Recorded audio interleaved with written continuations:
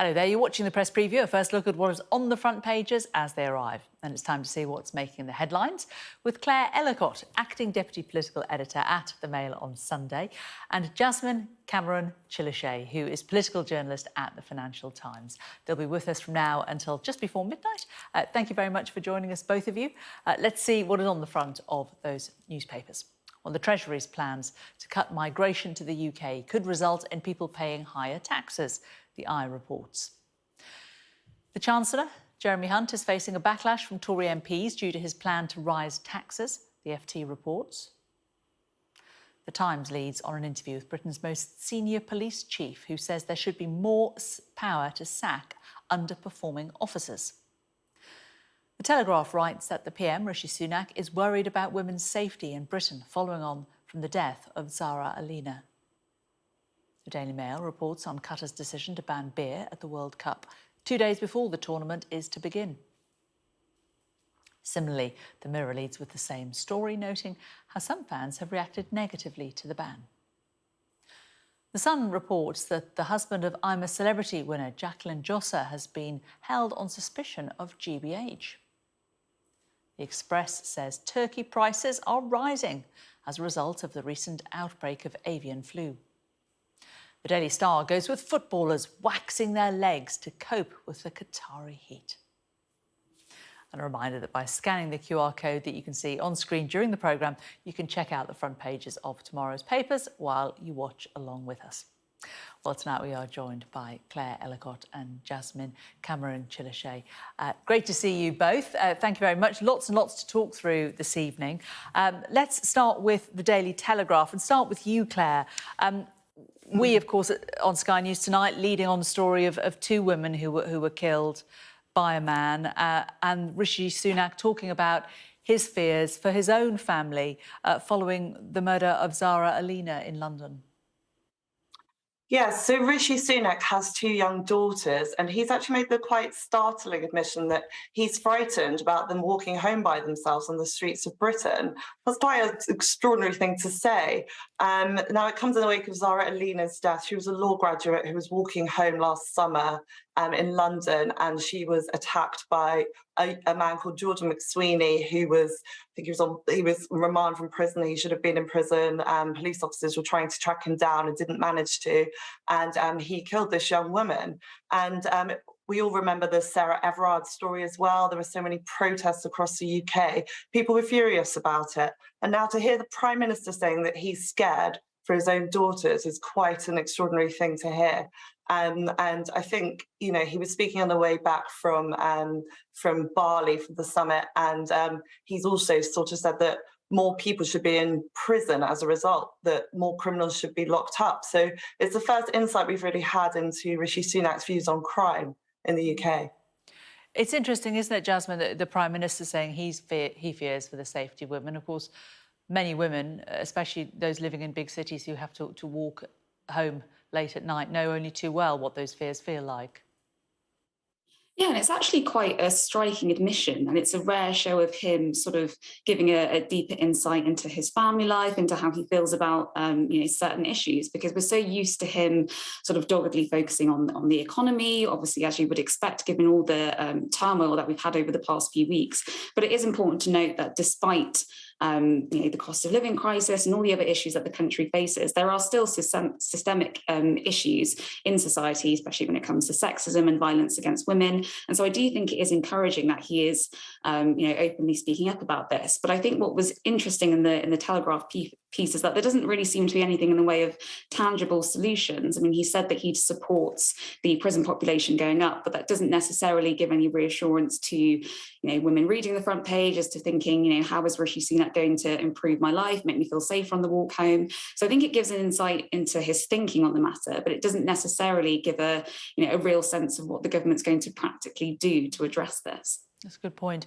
And if we move, Claire, across to the Times, they also have a front page about violence against women and girls. But the new Met Police chief, Sir Mark Rowley, talking about he would like it to be easier to sack police. And of course, we had that report just a few weeks ago that came off the back of the murder of Sarah Everard by a serving policeman. And this suggested that there were many police officers who shouldn't be in their jobs. And maybe that's the solution in his eyes, get rid of them. Yes, I mean it's quite strong words from Samart Rowley. He's the Met chief, and he said that as many as 1 in 10 of the police workforce are unfit for duty, be it because they've had complaints made against them, or because they're not up to doing the job, or their fitness and general health. And that's quite extraordinary. And I think he says it goes up to about 1 in 5 of the bobbies on the beat, the people that we really care about seeing around and that really reassure people, especially in the wake of Sarah Everard and other sort of events like that. So his words are quite striking, and he's a very kind of like back to basics sort of policeman. He wants police to go out and investigate every burglary, and he's clearly trying to reassure people now that those who aren't fit to do the job, and we've seen so many controversies recently with serving police officers sharing pictures they shouldn't and making comments they shouldn't, that this is his bid, I think, to try to get back on the front foot and to reassure the public that the police are on their side. Jasmine, do you think confidence has been lost in the police from many women? Yeah, certainly. And I do think the Met at the moment is facing a bit of a credibility crisis. As Claire says, there's been lots of scandals, whether it comes to the sharing of inappropriate images and the use of language among certain police officers. Obviously, these are, only a handful of very striking cases. But I think it's built up a picture where many people have really especially questioned the leadership of the Met under Dame Cressida Dick. And so obviously, as the new commissioner, he's attempting to come in and issue some quite blunt words about the type of police officers he wants serving under him, the type of jobs that they should be doing. I think it's also quite interesting, further down in the Times piece, it touches upon the fact that he wants to set a date at which there becomes a clear distinction between, police officers doing jobs that perhaps would be more suitable for NHS workers or social workers. As Claire's saying, he's really wanting to bring the force back to basics and, have a greater focus on crime.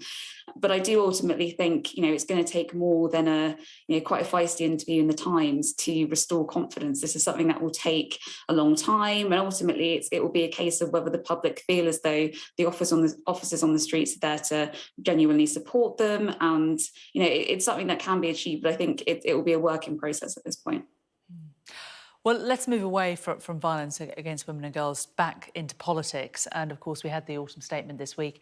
The I's take on it tomorrow, Claire, is that the Treasury is warning that the number 10 plan to cut migration will actually lead to higher taxes. Why is that?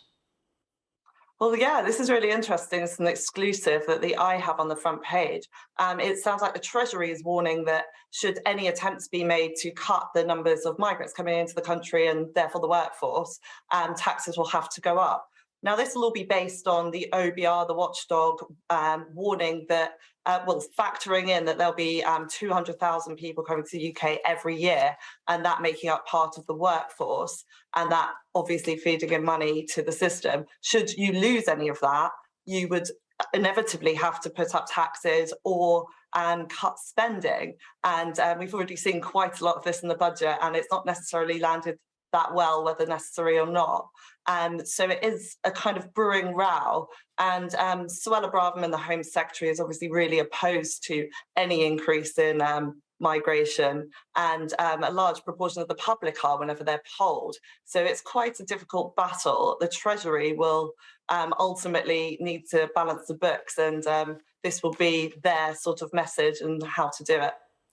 And Jasmine, if you move across to your paper, the Financial Times, its headline too is about the autumn statement, isn't it? And Tory MPs hitting out at Hunt's tax rises amid fear of an election rout is the FT's take on it. I mean, it is unpopular with some Tory MPs, isn't it? But it's not unpopular with all Tory MPs, and there will be certainly others who would normally sit on the other side of the political house who will see a lot to be pleased at in this. Yeah, certainly. I mean, I think overall, a lot of Tory MPs are refraining from publicly criticising the statement, because I think there's a genuine acceptance of, well, what else can the party do? Even those MPs who were in favour of low taxes, there is a feeling that actually, because of the way in which Truss's low tax vision for the economy panned out, and because of the way in which markets were spooked by the way she communicated her policies and delivered them, many of those who do believe in that vision are sort of sitting out quietly. But it has been interesting to see a handful of voices, namely from the Tory right, who have come out and they voiced concern at some of the high taxes that are being proposed. So I think we've heard from Esther McVeigh, people like Jacob Rees-Mogg have also spoken out in opposition.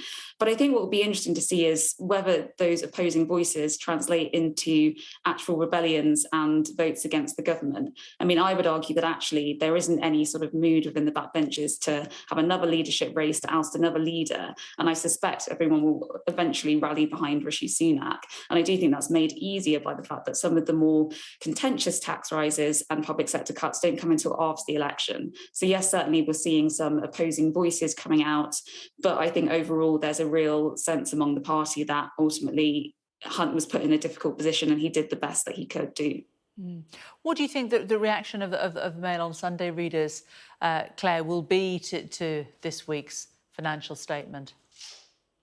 Yeah, I think it'll probably be something similar to the Mail's. I think there is a danger that it looks like a lot of middle earners and higher earners have really been clobbered in this budget.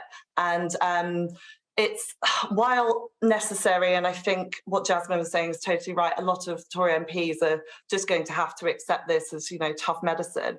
It is not going to go down that well with the public when they start to notice the difference. Now, as Jasmine also pointed out, a lot of the real pain doesn't come in until the next election. And that puts Labour in a bit of a difficult position as to how it goes into the election campaign and how it positions itself in terms of tax rises and spending cuts.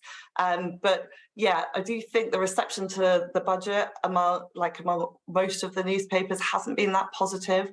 There is a bit of a concern. There hasn't been, no one's sort of outlined where growth is coming from, whether that's a tainted word now following Liz Truss's experiment, who knows? But there is, a big concern that it's not all being positive. It is all sort of grim reading, and it is a lot of pain for taxpayers to put up with. And Jasmine, another tainted word that politicians don't like to hear is strikes. But inside the Times, we're hearing of more strike chaos looming, a sort of winter of discontent coming up. Thousands of civil servants, the Department for Transport, Border Force and Home Office threatening strikes from mid-December, which could really threaten a lot of people's Christmas travel plans, couldn't it?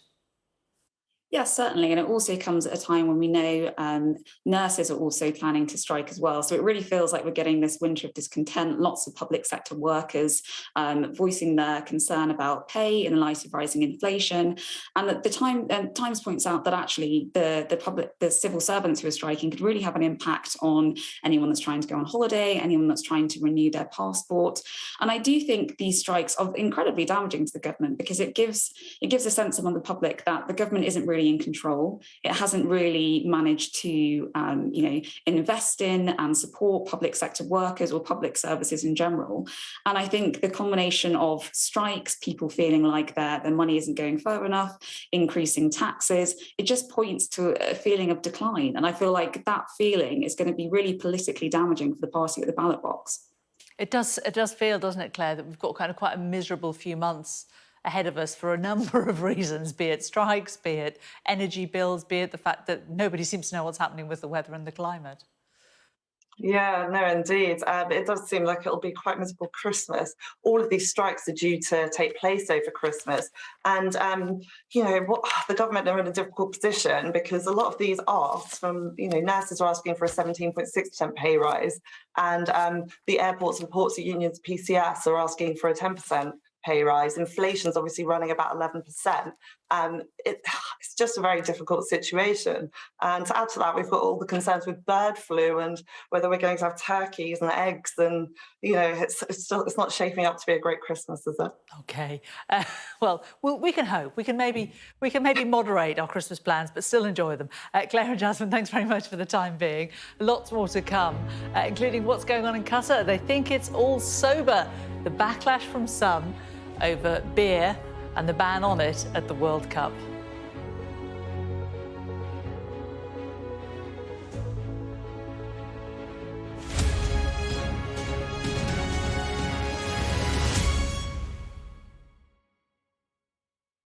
Welcome back. You're watching the Press Preview.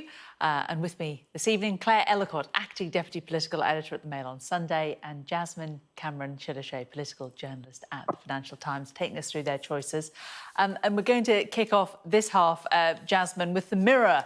And this is about Qatar's ban on booze at the venues, which had previously been agreed between FIFA and the sponsor Budweiser. It's not happening. The Mirror's headline, they think it's all sober.